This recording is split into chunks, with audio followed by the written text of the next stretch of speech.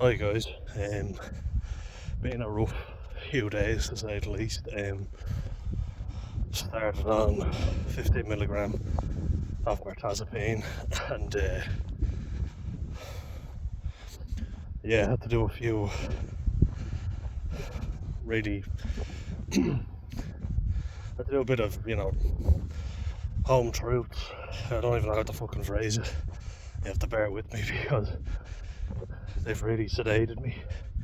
I heard that apparently 15 milligrams can be more sedating than 30. Let me know if that's true. If you ever experienced it. But yeah, just basically had to do a lot of digging, realised that even after all this time, there's still a lot wrong, because I think that there comes a certain point where you're sick talking about it, and unfortunately, there's even more talking that needs to happen,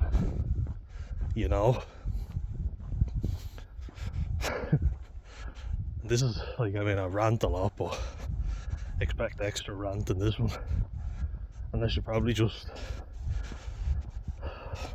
say, give a caution, be a trigger warning. So, like, if you're not in a good place, I used to never really understand these, and then the more depressed I got, I was like, I understand them now. So, if you're in a bad place, I don't recommend you watch it. Of course, it's up to you. It's up to you whether you do or don't. Yeah,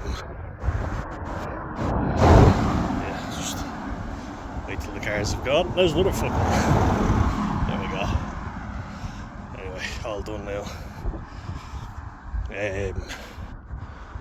Another one. I think that's it for now. But yeah, like, I had to do a lot of soul searching, and it's kind of like back to fucking square one again, which isn't great. You think of all the progress you've made, and it feels like it's undone. One step forward and 10 back. That's how it feels. I will say though, this medication doesn't seem to be messing up my libido as much as other ones have. In fact, not really at all, which I'm delighted about.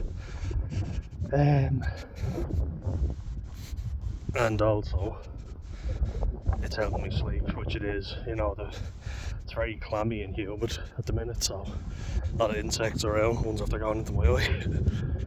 So it's hard to get sleep at night. And I'm a sweaty bastard, so that makes it even more difficult. The weather feels a lot like my fucking mood as well. Jeez, 1 minute I'm bringing a rain jacket with me, the next I'm sweating, have to go back home and leave it in the house. The sun is beaming down. I control the weather. It feels that way sometimes. But yeah, it's been a fucking roller coaster. An analogy which I'm going to use regularly. Trust me. But you'll notice, like, when I'm buzzing, like when I'm very productive, I'll get loads of videos out, and that's slowed down an awful lot recently.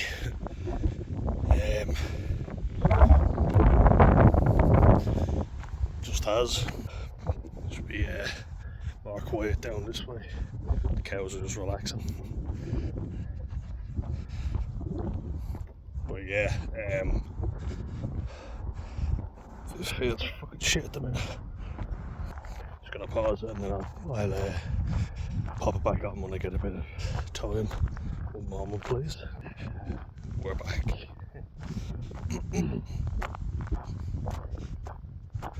Yeah, it's just a quieter little spot here.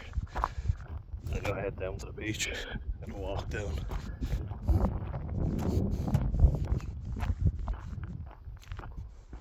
But yeah,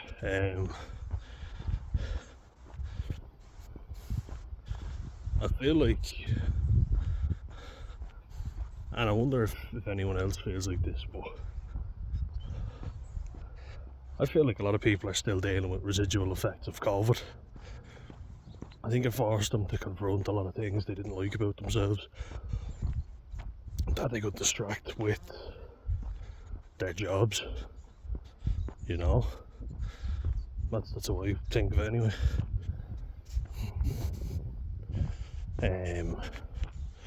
Lots of people drank at home, which, like, for me, I drank outside the home.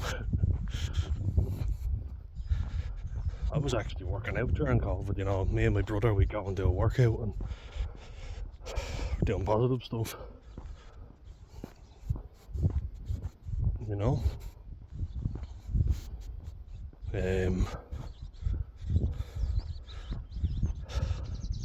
Like, it was tough, you know. I used to like work as a means of getting out of the house at that time, because we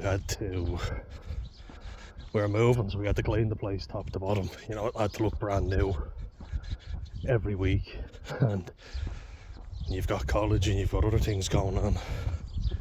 You're like, just give me a break, because my mum can be a perfectionist, and she'd give out to you over a pillowcase not being exactly as she pictured it, and you're like, oh, for fuck's sake, and you're at each other's throat, you know. You're just like, oh, here. And everything was too much, but, you know, somehow I got through it. And now I'm kind of like, I got through it for what, you know? And I mean, the stats don't lie. People taking their own lives went through the roof during COVID, and it seems like there's been a massive residual effect. There's been layoffs, you know, people have been let go.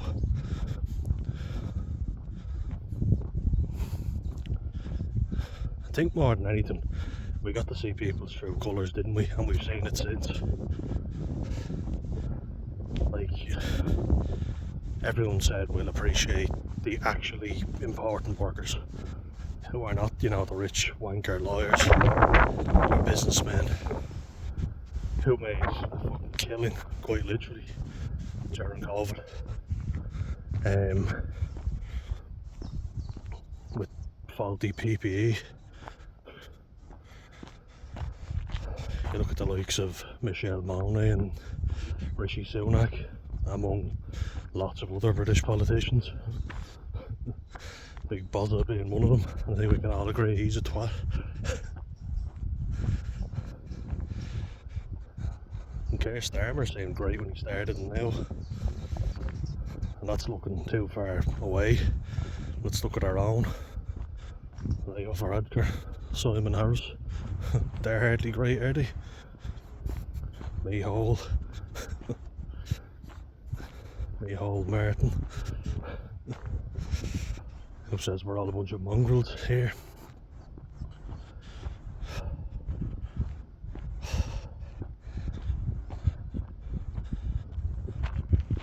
Like, everything is being amplified even more, ironically, because some of the stuff I'm going to say might sound a bit conspiracy theory, but we were blinded. We were distracted. I fucking was anyway. You know, like, think about it. I was up to 90, you know, I had plenty of shit to keep me going. Moving house, working, college, trying to work out, until I physically burnt myself out, injured myself playing rugby, and drank too much, you know. I made every fucking mistake you can imagine. But I had distractions. It's only when the dust settles. Like, I mean, I always found it interesting that when you hear about Vietnam War veterans and people who fight in wars in general, like, when they're in the shit, they actually feel like they feel okay, you know, they feel a sense of brotherhood. And then it always baffles me that when they get back, that's when they take their own lives. But it kind of makes sense now, you know. They had a sense of brotherhood, everybody was in the shit together. was a mutual understanding. And it's after the event. That's why they call it post-traumatic stress disorder. Not getting an inflection there, just something's under trouble.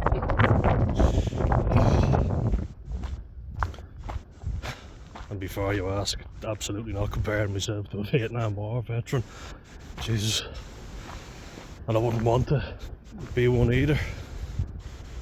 Don't think they'd want anyone to go through what they went through. Well, I know it because they say it, you know. But you look at the trauma that they had. And a counsellor that I had in the local area, a really nice guy. I won't give his name, but, well, Tim is his name, but I won't give his full name. But a good guy. I called him when I had that fight with my brother, and I felt so guilty about it. Because I thought I was going to do something, you know. Instead I went and almost had an argument with the previous owners of the house. But they just put my mind at ease, and my mum called them to say, look, sorry about that, he wasn't in a good way, and they were like, oh yeah, look, no problem, shit happens. So that's all sorted, thank God.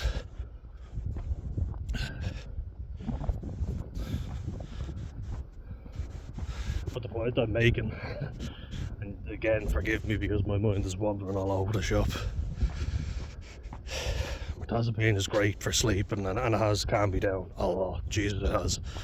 From doing anything drastic, but it's making me very dozy.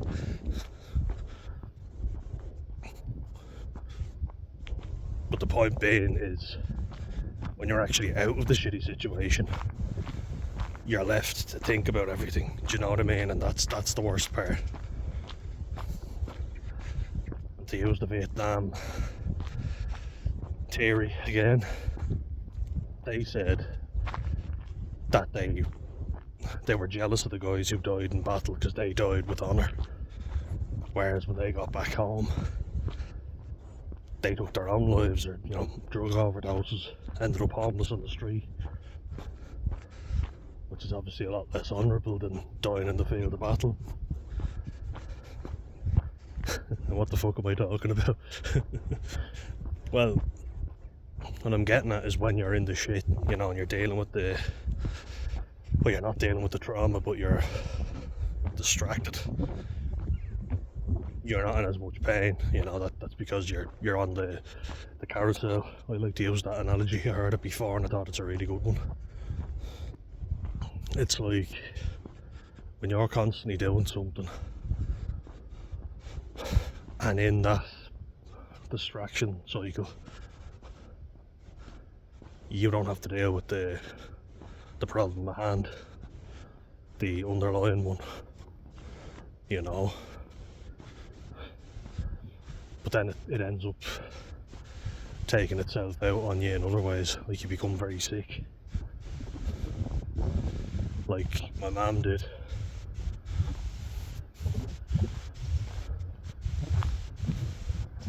Like my dad is, you know, in his own way. I'd say it's why so many people have heart attacks, you know, especially men.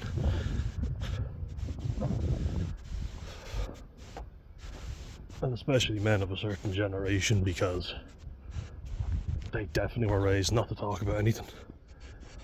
And I understand now. It's fucking painful. And you feel like once it's out there, great. I've talked about it, I've dealt with it, it's done. Sadly it's not. Which I found out a very harsh way. And I think that's why I think a lot of people love fantasy series and movies, don't they? Because you can escape. Binge watching Supernatural at the minute. Although I have to say, the first 5 seasons are my favourite, and now season 6. It's not doesn't have the same vibe to it. I don't know if you got that. I'm definitely getting that.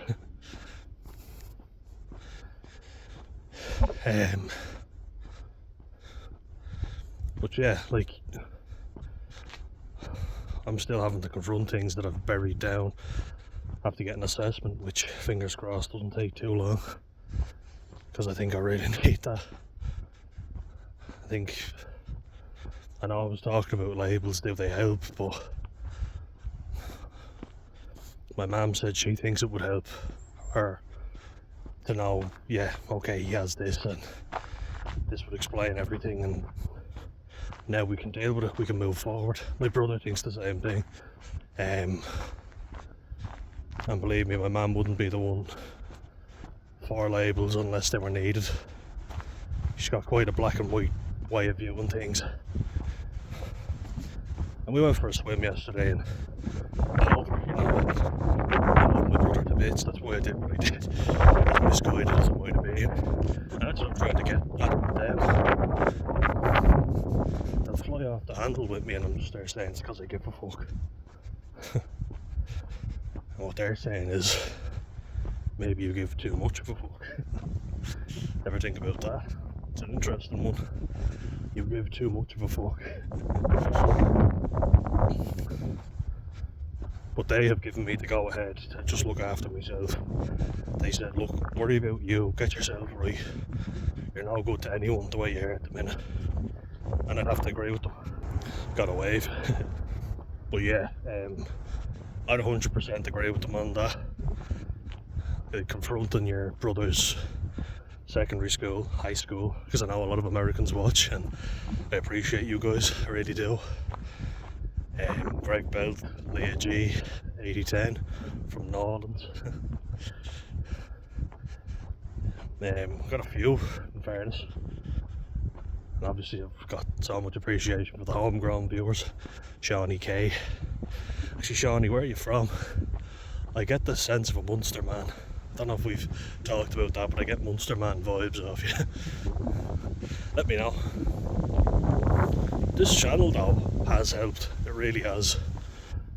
Even now, it upset me because I felt like, I haven't got the motivation to make any videos the last few days. I uploaded the most recent video on Friday, or was it Saturday? Yeah, Saturday it was, sorry, but it was made on Friday. And since then I've been trying to come up with the motivation to make a video. Finally, I've got it.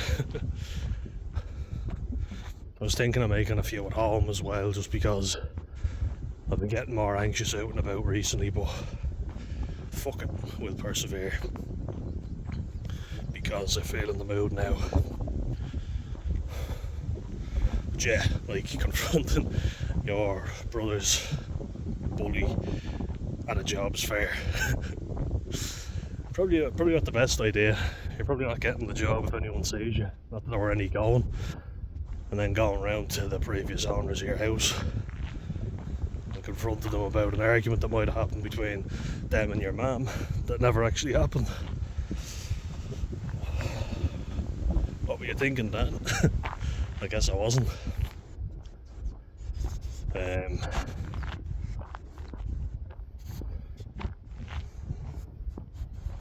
I think what it all comes down to is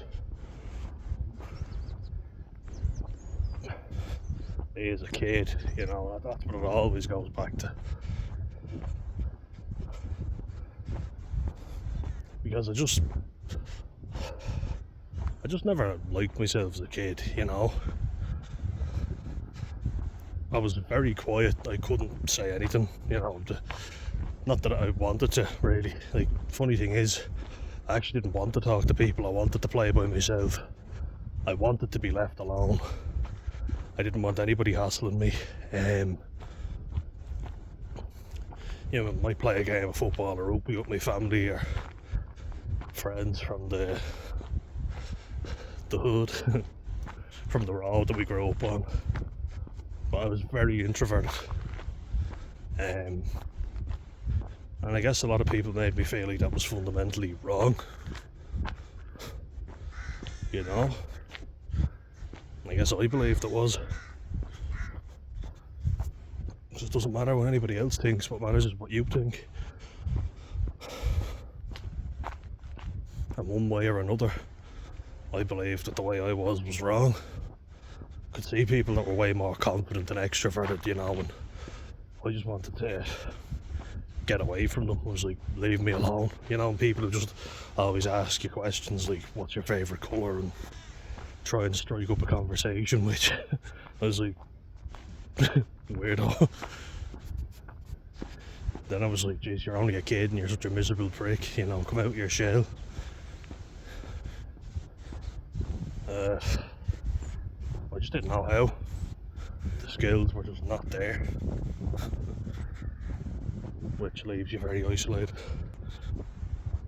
And then, yeah, like I just wanted people to piss off and leave me alone. But I could see how upset that made my mum, you know, because she was there thinking, oh, you know, would you go over and play with those kids? They were inviting me over. And I was like, no. And I remember it just dawned on me, like, I'd be alone the rest of my life if I stayed this way. If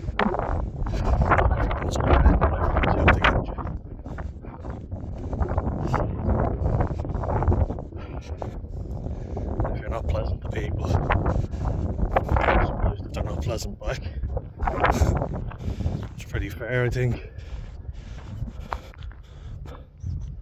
And I think that was more of a leave me be, you know, leave me alone. I don't want to be bothered. Like, this was more than shyness, you know. This was a deep, intense fucking anxiety that has really never gone away. I've just gotten better at masking it, way better. It's always been there. Like, what I always say this, but what 7-year-old is anxious?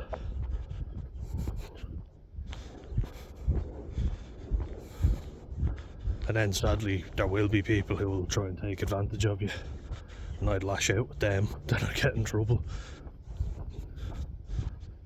But it wasn't what I wanted to do, it was that they were violating my rights.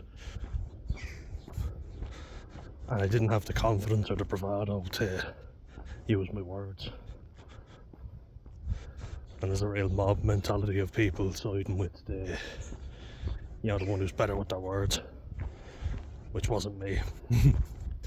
Safe to say that was not me. You know, and that's kind of what I became used to. Was friends turning their back on me for someone who was cooler or more confident. A lot of snakes in the grass that just turned on me as soon as someone better came along. Which gives me deep fucking feelings of rejection. Very fucking deep. You know, makes you feel like you're not worth knowing. And it led to me copying a lot of people too. I was very fucking vulnerable, put it that way, you know, because I didn't have the social skills, that's one thing. I was a very anxious person as well. I didn't have anyone in my corner fighting for me. So, you know, you're really vulnerable. When people would try and take my things, I'd lash out at them. Often with severe consequences. Then as well, you know, you share things with people you think are your friends and they don't share things with you. It's not reciprocated.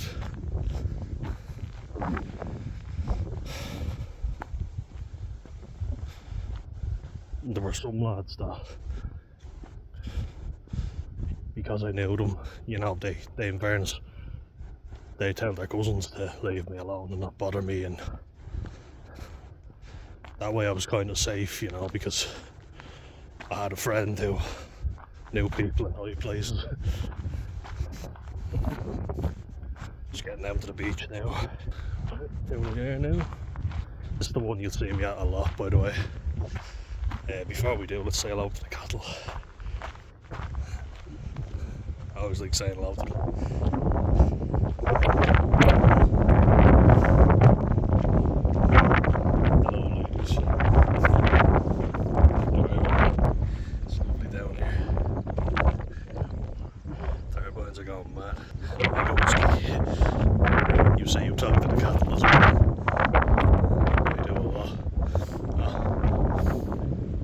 few. Nah, most of these are bullocks actually. And that big fella in the background, look at him, he's a beast. That's the bull we were talking about. Big fella. Hello, hello.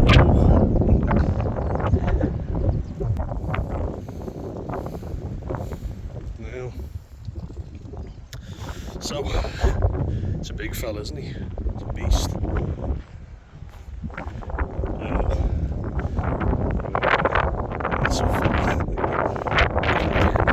Zoom in on this huge. Look at that.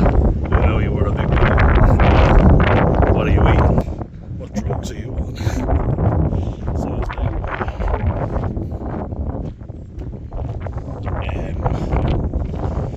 I'm gonna get down here and I'm just gonna sit down. I'll show you the little walk. This is the one we come down often.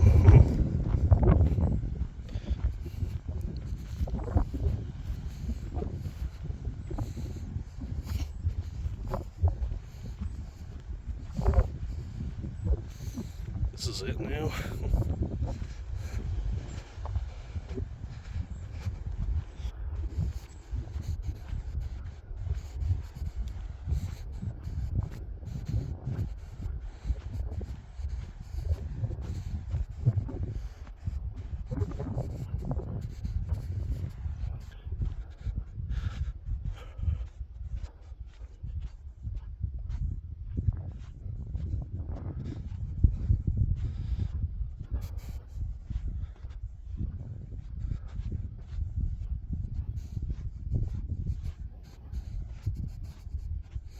And here we are.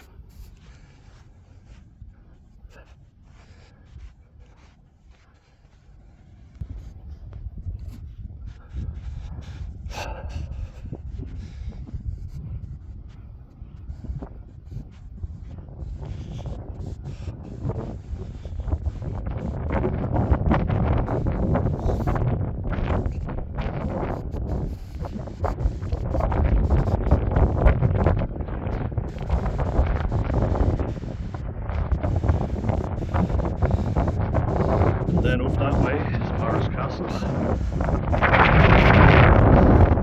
Head down that way today.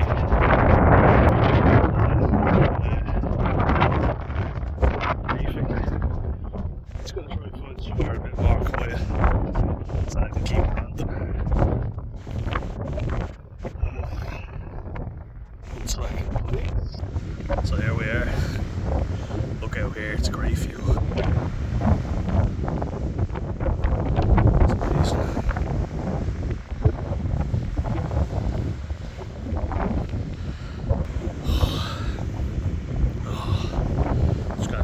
Sound for a second. I've been shaving my head so often that my hair's like baby hair, like a baby penguin.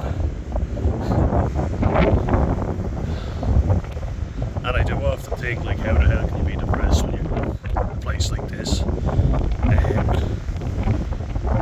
flip that around, I think this is the cure. I think medication's probably needed for the time being. Because I haven't been drinking for a while, you know. The reason I drank is because I was feeling so bad. Locking it down, you know.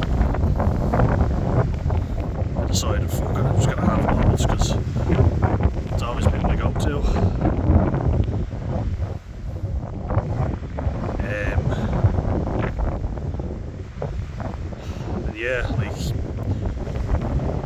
Diana, the Costa Rican girl that I was saying, look, we weren't official or anything, and she said, look, sorry, I started dating someone in Dublin, and look, it was quite a trek for me to go and see her. She said I'm a great guy and she'd like to stay friends, and I think, yeah, look, fair enough, and probably in no position to date anyone anyway. So it's not like we were official or anything, do you know what I mean? I am disappointed, but I also know that I'm in no fit state to see anyone, really. I'll just reposition myself. But yeah, it did hurt though at the same time. Because it's not as if I haven't tried, you know.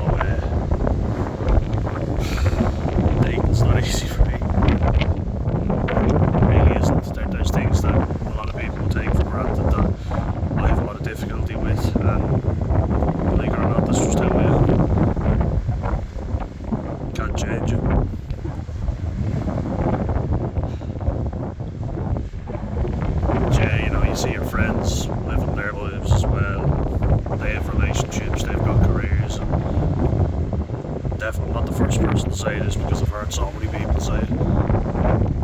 I don't fucking know who or what I am, you know. Like, I think I've really just been fucking crying out for a mentor or something. Someone just to take me under their wing. Hearing that our next door neighbour, Kevin, died when I went to see the old owners of our house. That upset me as well, because Kevin was a good guy. You know, he showed me and my brother how to do the grass properly, he showed us how to maintain it and look after it. So, he was a good soul. I was upset now to hear he died. And then my mate Noel, you know, it's his mum, so I don't know how he feels. He's not really one to say anyway, but it made me just think I was only in her house not that long ago and now she's dead. And I just hope the family are alright. I met Noel's sister Laura, who's a mad young, in a good way, she is. And her fella's a lovely fella too. And it was good to meet up with everybody, you know, and see them. But it made me realise how quick everything can all be taken away. It put me in a downer, it did, and you know, you kind of think, well, I've got no right because it's not my mum. But I liked her, you know, she was a good woman. And she didn't have an easy life either. And there's been many a time where I worried that my own mum would die. You know, it was a big fear of mine for a long, long time. And she's doing a lot better, you know, so you think, what am I doing? Why am I sparking up potential arguments where there are none?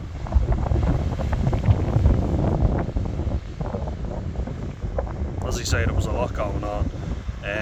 There always has. It's always been tension one way or another.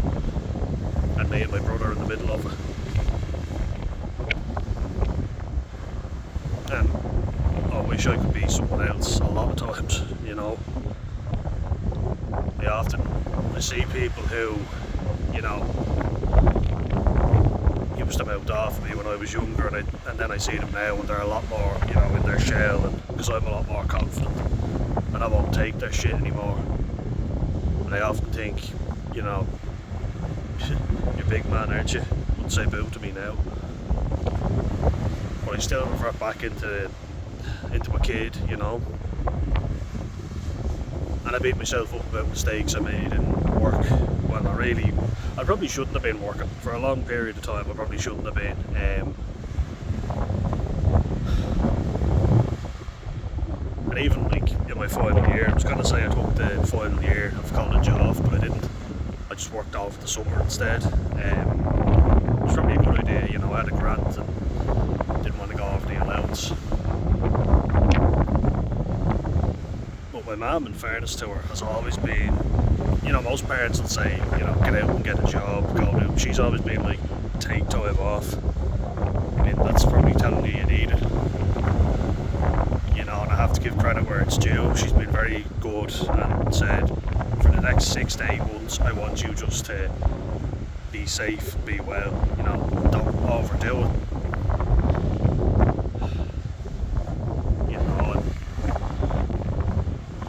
She knows that I care. That's the main thing, I guess, is that she says you don't need to prove it. I know you do. I was terrified of something happening as well when I moved out and was working away, but I tell you, it gave me a sense of freedom. It did, you know, and I kind of want that again.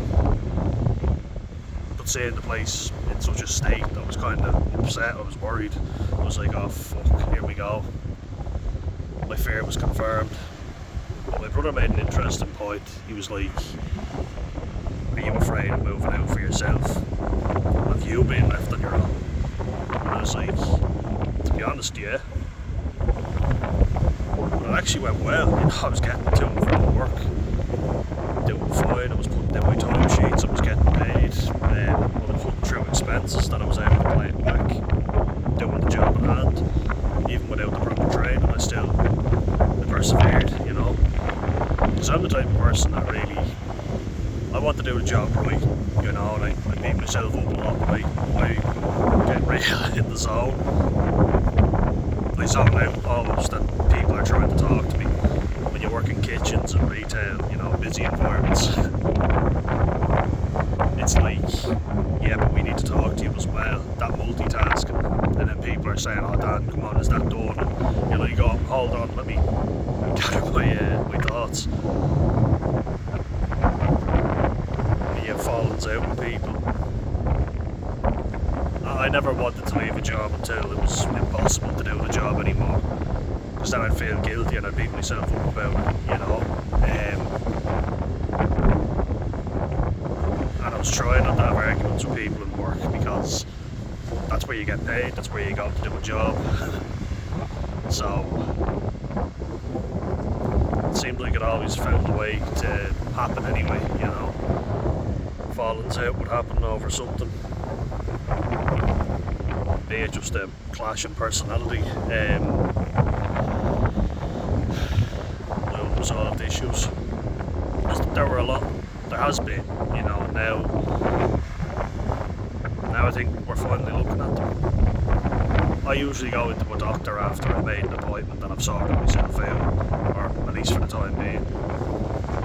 Now, I went in a day after I sat on a bridge contemplating chucking myself off, and that can't be ignored, you know. And that guy up there, like he was looking out for me, he was, because I'd booked that appointment for something else and paid him on the side. I was talking about that, which could be a potential hernia if I don't watch it, so I'm off lifting heavy weights at least for 2 weeks, and then I'm hopefully going to get back to it, but I can still do cardio when I am, you know. That's the aim, is to lose weight anyway, not to put on muscle, so that's fine. I'm kind of happy enough with that. I'll get back to light weights soon enough. Fingers crossed. Crossed a lot of fingers, but yeah, like, I think being down here in a great environment, you know, the best fucking environment you can ask for, really. Like, in terms of where we're situated, it's beautiful, it's amazing down here, and I think that's what makes you feel even worse, is that you have no reason to be upset, and now you're looking for reasons. You know? Like, I've fixed stuff around the house I wanted to get fixed. My mum is much better than she was. My brother is studying for college, he's doing a lot better. We've had to be in each other's company a lot, and that inevitably leads to a bit of conflict. And I think we're all to blame. I don't think it's fair to blame just me. It's definitely not fair to blame just my mum, because fucking hell, moving house, going through a divorce, she had a lot on her plate, you know. My dad leaving when her mother died, which, well, great timing, great fucking timing, Dad. But, you know, it's like talking to the wall, trying to get that through to him. But, you know, she can be nasty as well, you know, and take her anger out on me. And, like, me and my brother, but me more so, because I am the one who wants to try and fix everything. Which I've always kind of been. You know, I'm not the stereotype of autism, the unempathetic type. I've always wanted to just make my mum happy, and seeing her upset since we were very young, and crying when we're supposed to be happy. And she tends to, like, if someone pisses her off, she'll bottle it up and take it out with me and my brother. And as I say, I'm the one that wants to fix everything, so it's usually me that's in the firing line. Which is not right, you know. And it hurts, you know, it upsets you.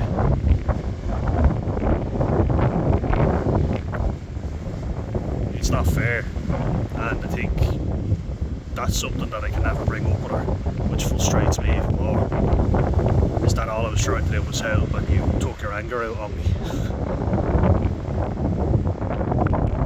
And there is this overwhelming feeling, and I feel very guilty about what's happened, not just recently, but overall with my brother, because, you know, he did get a hard time, I was always jealous of him, you know, and I was looking back, and I wasn't just looking back at me, you know, my mum and my brother were looking at videotapes when we went on holidays.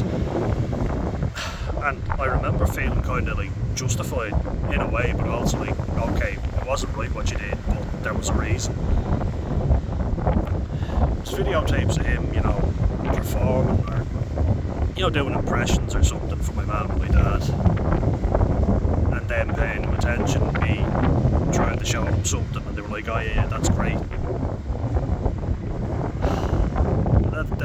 They always do this, and they've done it before, but they'll say, no, that didn't happen, you remembered that wrong, or it only happened once. That's the go-to. Do you know what I mean? Again, like I say, a disclaimer, I'm not blaming, and the way I acted wasn't fair on my brother at all. It wasn't his fault, so I have to take ownership of that. But I did feel like I was the problem, and he was the golden boy, and people would always say how much better he was than me, and how much more they liked him than me. But then on the flip side, like on our dad's side of the family, fun was always poked at him because he had weight on. We both did, but him more so. So there's that side to it.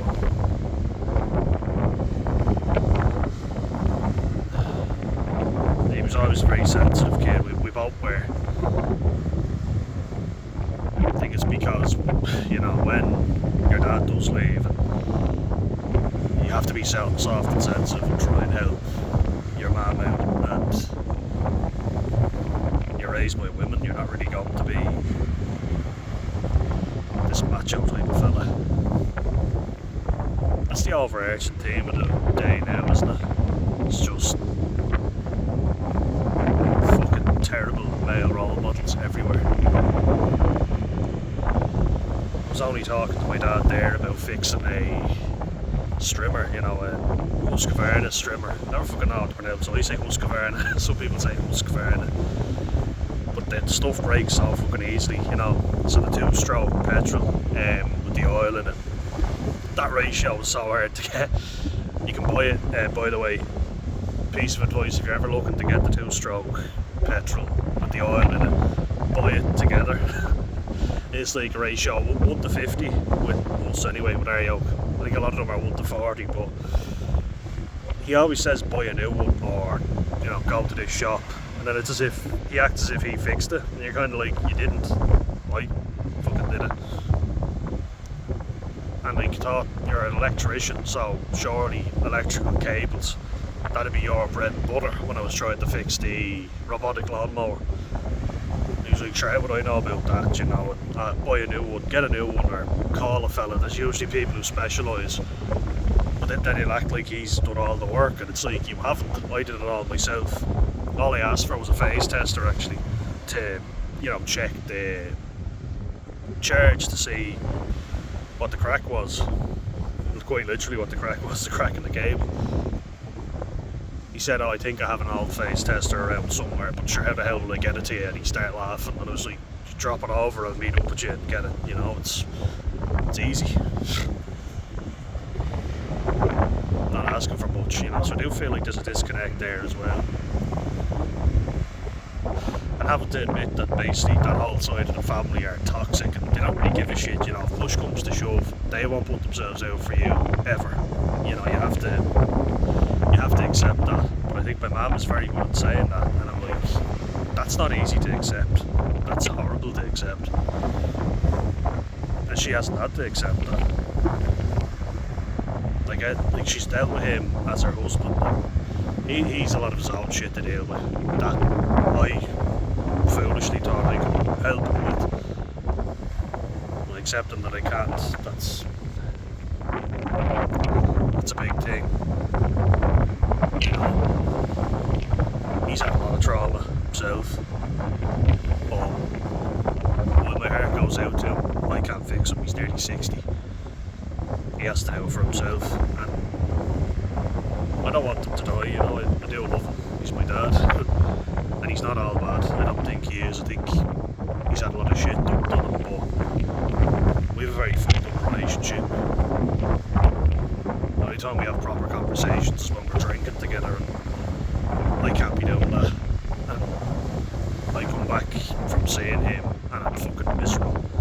He's just made me feel like I've wasted my whole life, that I'm a failure. He even told me that he didn't think I'd be able to graduate university. He said, congratulations, I didn't think you'd be able for it. And I'm like, thanks Dad, thanks for the belief. You don't say that to somebody, you know, you just go, you're happy for them. Not, I didn't think you'd be able for it. Fucking proved him wrong, didn't I? So, it's the main thing.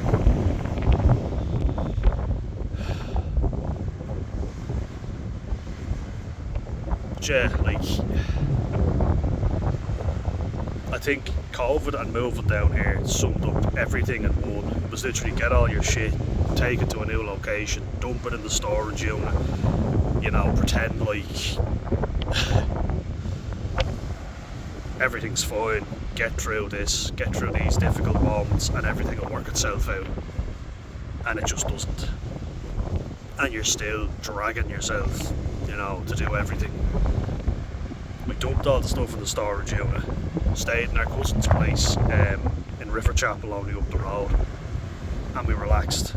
And then it's, you know, near Christmas time, get everything out of the storage unit, put it in the house, and the stress starts back up again in a few minutes. Well, a few months. Personally, I would have preferred staying, and our cousin said it was fine, so I didn't get my mum's idea of rushing, but I understand at the same time she probably just wanted to move in and be settled. But to say a lot of weight was gained, my god, stress weight piled on me. I was in the worst shape I've ever been in my life.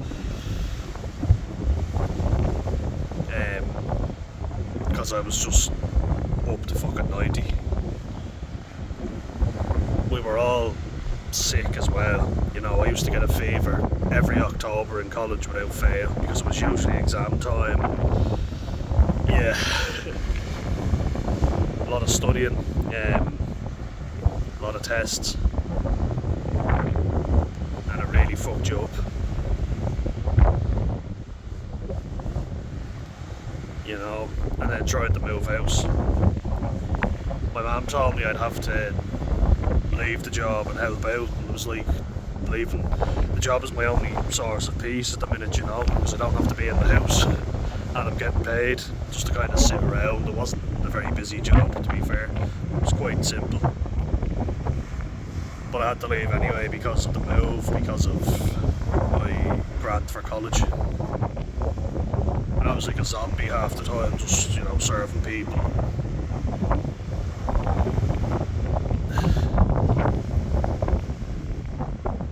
Yeah, I think I've always been holding out for something better, you know, if you just get through this moment now, everything will work out, you know, if you just pull through, everything will sort itself out.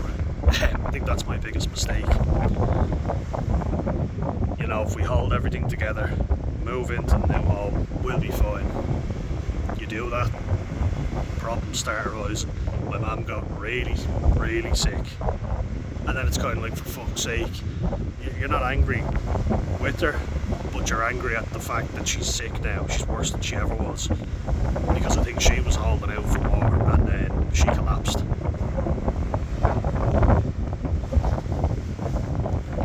She couldn't deal with it anymore. It was too much.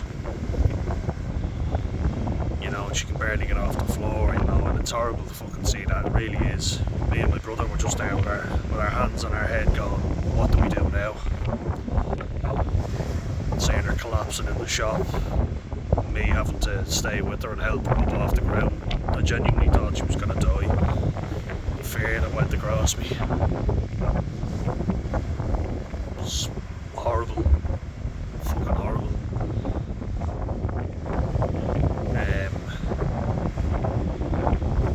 Then moving into the new house.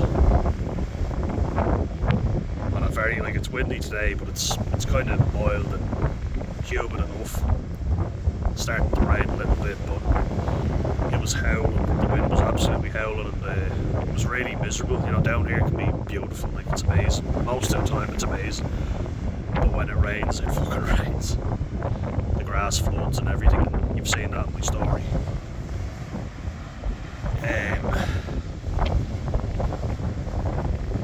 But yeah, like, I didn't really settle in properly, you know. Then tried to study, tried to live, tried to lose weight because I was so fucking overweight.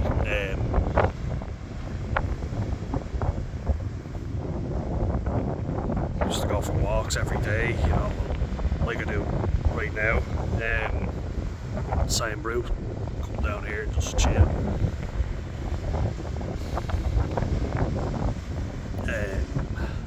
Where was I?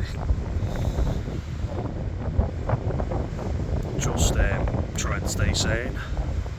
Got summer jobs, you know, washing dishes, working in a chipper. Anything just for a bit extra cash while still feeling like a zombie, on and off medication, you know, trying to keep going with that.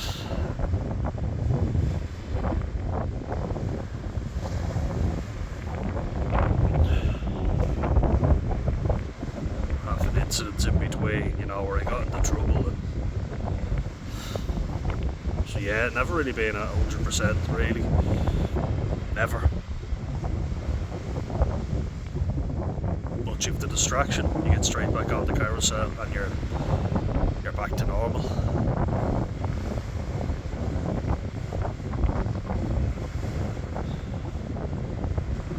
Then after all that hard work, I graduate.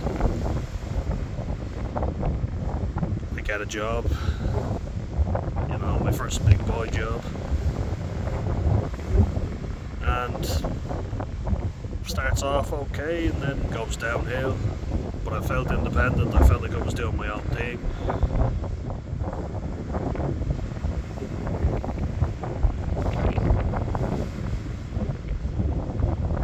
Then I had to leave, the house isn't looking nice, then I had to sort that out. Then I went back to counselling, went in and admitted that I was in a really bad way to a doctor. Got sorted out with mental health services down here. Went to dialectical behavioural therapy and compassion focused therapy last year and earlier this year. Met a good group from that, and one of them, Washing, has been on the channel.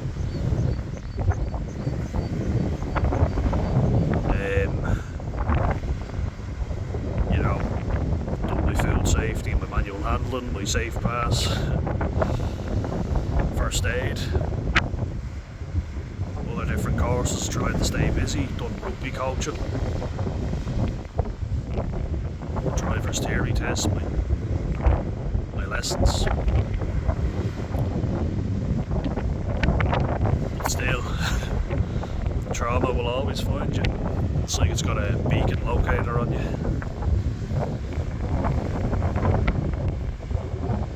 You know,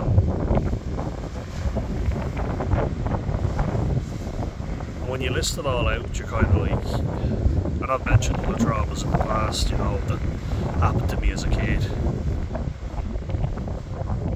Getting the shit kicked out of me by my dad, fighting with kids, you know, my own age, and being rejected from friend group after friend group. Feeling like my parents didn't have me back when push came to shove. No one was ever there to say, you won't treat him this way, do not talk to him like that, or don't treat him this way. It was kind of like, there was comfort for them in knowing, oh, he's the problem, we need to discipline him. And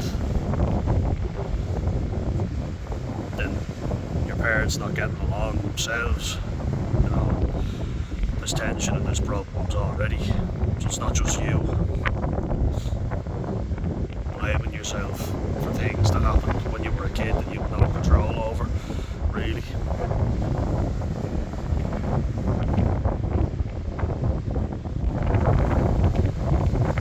There's a lot, and any moment of peace that you had was always ruined by something, you know. It feels like just when I was making progress, something would come and snatch the happiness away. Any fucking time, anything seemed to be going well, something would come and just take it away. Anytime I was fucking happy.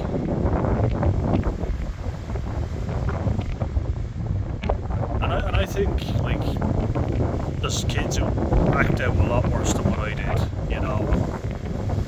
At least I had the empathy to go, I'm not bringing drug dealers and things back to my mum's house. And, you know, I did take drugs, you know, and I've taken class A's, which I'm not proud to say, but it was in a bad way. You think that your problems aren't really that bad, but I've taken class A drugs, I've been arrested. I've nearly been arrested multiple times. just for drunk and disorderly, sometimes fighting. Usually when everyone's fighting with someone in a nightclub, we were both grabbed by the bouncers pretty quick and told, calm down, just leave, you know. Luckily there was always someone there to split the thing up. I've also tried to take my own life. Properly once, you know, and then I've thought about it a hell of a lot, and recently I've thought about it an awful lot. And when I was filling out a survey for online counselling, immediately when I'm asked, have you thought about suicide in the last 2 weeks non-stop? Not only that, I was sitting on a fucking bridge thinking about throwing myself off. The fear comes up and it's, no, click out with that, don't go into that, it's too painful to talk about it.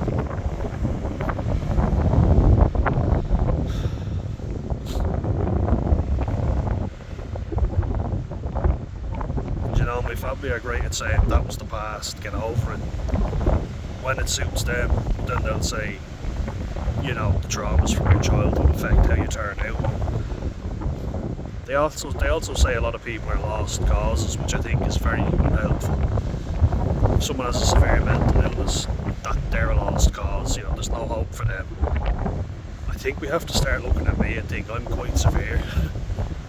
Is there no hope for me? And that's kind of what I think of. I don't think it's helpful them saying stuff like that. You're not that bad. My mum, ironically, sounds a lot like my dad when it comes to that sort of thing. Ah yeah, but they've got this, they're fucking crazy, you know, they're cuckoo. You're alright though. Am I? I think there's a lot of denial in that. A lot of denial.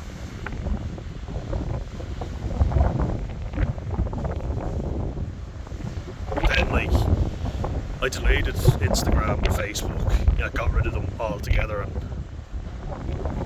I use Instagram again. Facebook, no. I've blocked a lot of people as well who I don't want contacting me because they're just not good for me. I don't like them. I don't feel good with them. And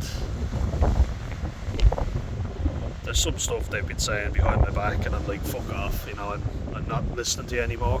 Bye bye. That's not what a good friend does.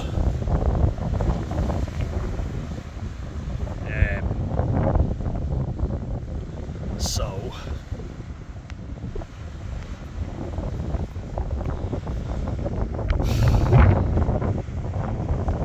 I do agree, looking back and dwelling on the past isn't good either. It's not, you know, it really isn't. But I think a massive reason why there's so many issues with me now is because the present doesn't look too fucking good either, does it? It's not really looking great itself. Israel and Iran are at war. Russia and Ukraine are at war. India and Pakistan are at war. The present doesn't look too hot either. The future looks very bleak. Hate to break it to you. But I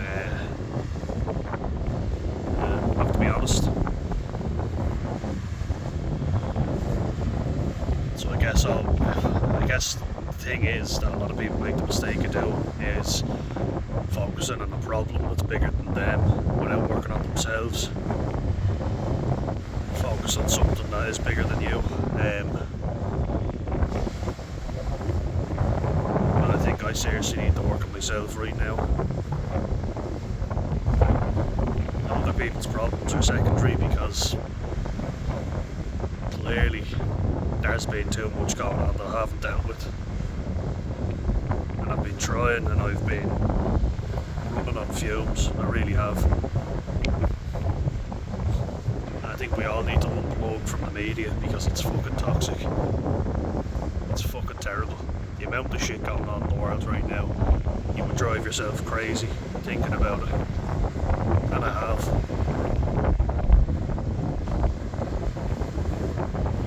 You know, comparing yourself to everybody else, which I've done a hell of a lot. It's kind of hard not to, isn't it? It's very hard not to, because it's just there, it's right fucking in front of you.